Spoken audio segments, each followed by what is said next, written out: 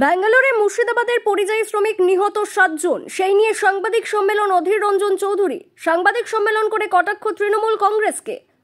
অধীর রঞ্জন চৌধুরী তিনি তিনার বক্তব্যে বললেন, গত কয়েকদিন আগে ব্যাঙ্গালোরে 9 জন পরিযায়ী শ্রমিক নিহত হয়, তার মধ্যে মুর্শিদাবাদ জেলার 7 জন। সেই অবস্থায় কর্ণাটকে আমি যোগাযোগ করে তাদের নিয়ে আসার ব্যবস্থা করলাম। কর্ণাটকের স্বাস্থ্যমন্ত্রীর সাথে এবং জেলা শাসকের সঙ্গে যোগাযোগ করে তাদের নিয়ে আসার ব্যবস্থা করি, কিন্তু তৃণমূল কংগ্রেস নেতারা দেখছি দেখব বলে চলে গেছিল। নিহত দেহ নিয়ে আসার জন্য তারা সেরকম ভাবে তৎপরতা দেখায়নি। অধীর রঞ্জন চৌধুরী তিনি আরও বললেন, যখন কর্ণাটক সরকার নিহতদের পরিবারের জন্য 2.5 লক্ষ টাকা ক্ষতিপূরণ দিচ্ছে, তখন পশ্চিমবঙ্গের নেতারা বলছে ঠিক আছে আমরা 2 লক্ষ টাকা দিচ্ছি। মুখ্যমন্ত্রী মমতা বন্দ্যোপাধ্যায় নাকি বলেছেন 7 জনকে হোমগার্ডের চাকরি দেওয়া হবে। আমার দাবি হোমগার্ডের চাকরি না দিয়ে তাদেরকে স্থায়ীভাবে চাকরি দেওয়া হোক। অধীর রঞ্জন চৌধুরী তিনি আরও কি বলেছেন বিস্তারিত শোনাবো আপনাদের। যে মুর্শিদাবাদ জেলায় পরিযায়ী শ্রমিকরা বারবার বাইরের রাজ্যে গিয়ে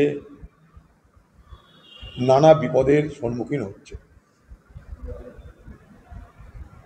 কখনো বাঙালি অবাঙালির নামে, কখনো অনুপ্রবেশকারীর নামে।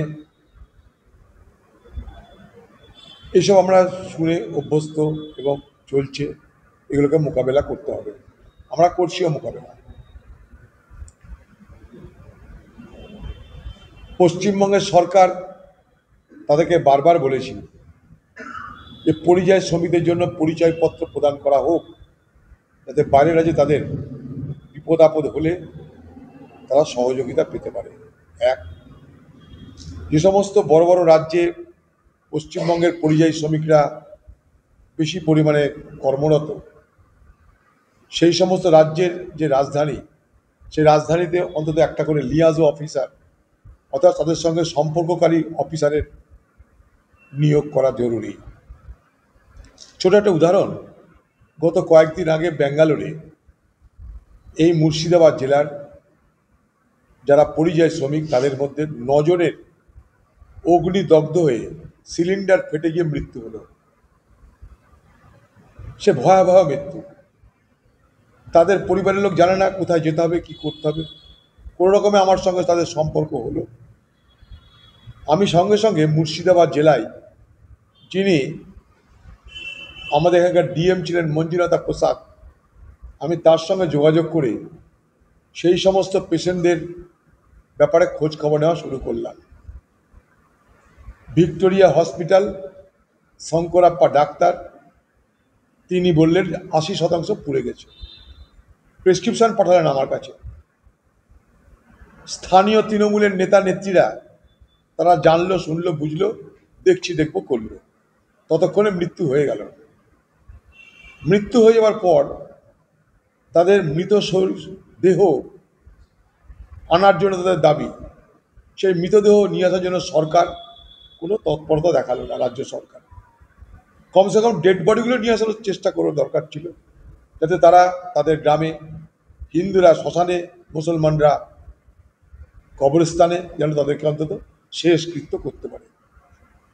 সে মতো অবস্থায় আমি কর্ণাটকের যিনি স্বাস্থ্যমন্ত্রী দীনেশ গুন্ডু রাও তার সঙ্গে যোগাযোগ করি। তার সঙ্গে যোগাযোগ করে তাদের 7টা ডেড বডিকে ট্রেনে করে নিয়ে আসা হয়। শুধু তাই না, এয়ারপোর্ট থেকে তাদের বাড়ি পৌঁছে দেওয়ার অ্যাম্বুলেন্সের খরচও কর্ণাটক সরকার দিচ্ছে। তার সঙ্গে 2.5 লক্ষ করে টাকা তাদের ক্ষতিপূরণ বাবদ দেওয়া হলো। যে রাজ্যে কাজ করতে গেলে তারা দেখছে, আর যে রাজ্যে তারা অধিবাসী ভোটার তাদের কোনো গল্প নেই। কখনো মুখ্যমন্ত্রী আমার ভিডিও দেখার পর বলছে 4 জনের মৃত্যু, আমরা বলছি 7 জনের মৃত্যু হওয়ার সম্ভাবনা, তারপর সেটাকে পাল্টে হয়েছে 7 জন। যখন কর্ণাটক সরকার 2.5 লক্ষ টাকা করে দিয়ে দিল, তখন পশ্চিমবঙ্গ সরকারের হুঁশ ফিরল। তাদের নেতারা গিয়ে বলছে ঠিক আছে আমরা 2 লক্ষ টাকা করে দিব। এবার তাই নেতারা গিয়ে বলছে মুখ্যমন্ত্রী বলেছে সবাইকে নাকি হোমগার্ডের চাকরি দেওয়া হবে। বাচ্চা বাচ্চা শিশু নিয়ে তাদের পরিবার, তারা সব গ্রামের বাসিন্দা, মেয়ে, তারা স্বামী মরে যাওয়ার পর বাড়িতে কে থাকে? মেয়ে থাকে, তা হয় বউ থাকে। তাদের প্রত্যেকের বড় বড় ছেলে মেয়ে নেই যে তারা বাইরে গিয়ে চাকরি করবে। তাদের বাচ্চা, ছোট ছোট বাচ্চা, সবে বিয়ে হয়েছে কি 1-2-3 বছর বিয়ে হয়েছে, তারা কাজ করতে গেছে, কারণ এখানকার যুবকরাই কাজ করতে যায়। এবার তাদের ঘরে বউদেরকে, যারা ঘরের বাইরে কিছু চেনে না ভালো মতন, তাদেরকে বলছে এবার হোমগার্ডের চাকরি দেবে। কোথায় হোমগার্ডের চাকরি দিবে? শুধু ট্রাক ধরতে হবে, বাস ধরতে হবে, পয়সা কামাতে হবে, আর কি হোমগার্ডের কাজ আছে? তাই আমি পশ্চিমবঙ্গ সরকারের কাছে দাবি করব, সেই সমস্ত মৃত পরিবারের পক্ষ থেকে যে যদি দিতে হয়, আপনি তাদেরকে স্থায়ী কর্মচারী সুযোগ দিন। গ্রামে গ্রামে স্কুল আছে, গ্রামে গ্রামে আইসিডিএস আছে, গ্রামে গ্রামে পঞ্চায়েত আছে, বিডিও আছে। আপনি তাদের মাধ্যমে তাদেরকে স্থায়ী কর্মচারীর সুযোগ দিন, যাতে তারা সংসারটাকে প্রতিপালন করতে পারে।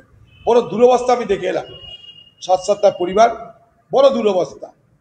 তাদেরকে হোমগার্ডের চাকরি দেওয়ার নামে তাদের সঙ্গে আমার মনে হয় উপহাস করা হচ্ছে। এই উপহাস না করে যদি দিতে হয়, তাহলে তাদেরকে স্থায়ী কর্মচারী হিসাবে কাজ করবার সুযোগ দিই, যাতে তারা তাদের সন্তান সন্ততি পালন করতে পারে।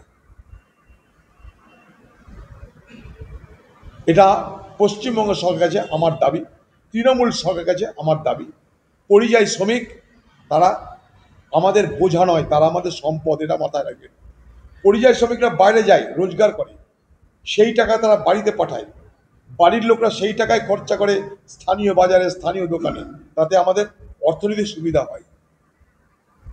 এইভাবে পরিযায়ী শ্রমিকদের মৃত্যুর পর হোমগার্ডের চাকরি দেওয়ার নামে উপহাস না করে যদি দিতে হয়, তাদেরকে স্থায়ী চাকরির ব্যবস্থা করবে। এটা হলো আমার কথা। এবার বলো।